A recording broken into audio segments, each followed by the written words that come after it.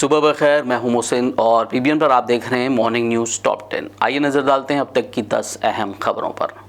حج 2025 کے لیے waiting list سے اپنی باری کا انتظار کر رہے درخواست گزاروں کو حج کمیٹی نے سنائی خوشی کی خبر۔ ویٹنگ لسٹ کے 13,549 منتظر عازمین ہندوستان بھر سے ہوئے منتخب۔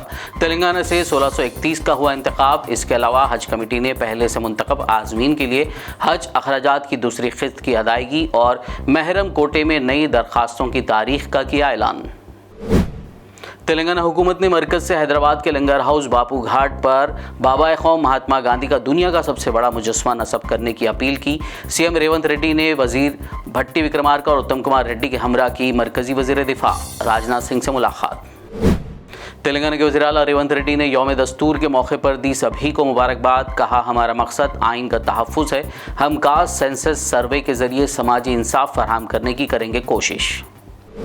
سنبھل جیسے واقعات کو روکنے کے لیے جمعیت علماء ہند سپریم کورٹ سے رجوع۔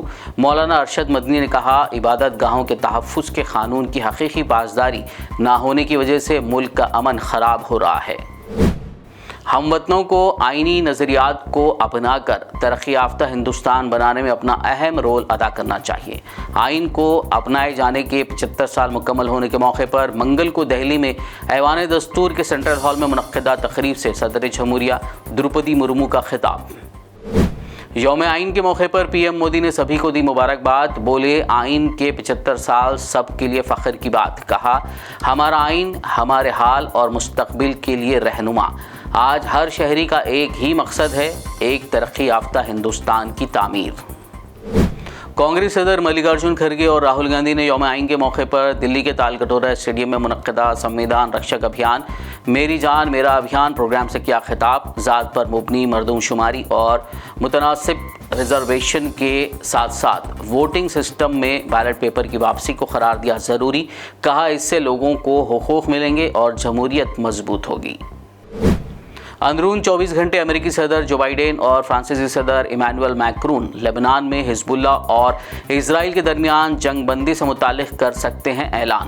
وائٹ ہاؤس کی قومی سلامتی کونسل کی ترجمان نے کہا، ہم جنگ بندی کے قریب ہیں لیکن سب کچھ طے ہونے تک کسی چیز کا اعلان نہیں کیا جائے گا۔ لبنان اور اسرائیل کے درمیان جنگ بندی کے معاہدے کے جلد اعلان سے متعلق خبریں گردش میں آنے کے بعد سے بے گھر لبنانیوں کے بیچ خوشی کی لہر۔ اس معاہدے کا مطلب ہزاروں لبنانیوں کی اپنے گھروں کو واپسی ہے، خواہ وہ ملبے کے ڈھیر پر ہی ہوں۔ منگل کی شام جنگ بندی سے متعلق امریکی تجویز پر آمدگی اور ووٹنگ کے لیے اسرائیلی حکومت کا اہم اجلاس۔ سعودی عرب اپنی نوعیت کے سب سے بڑے فوڈ کلسٹر کے ساتھ Guinness book of world record میں درج۔ یہ فوڈ کلسٹر جدہ میں ہے، جس کا کل رقبہ 11 ملین مربع میٹر سے زیادہ ہے۔ سعودی اتھارٹی نے بتایا، جدہ میں فوڈ کلسٹر کا مقصد 20 ارب ریال کی مقامی اور غیر ملکی سرمایہ کاری کو راغب کرنا ہے۔ آپ دیکھ رہے تھے مارننگ نیوز ٹاپ 10۔ مزید اپڈیٹس کے لیے دیکھتے رہیے PBN نیوز۔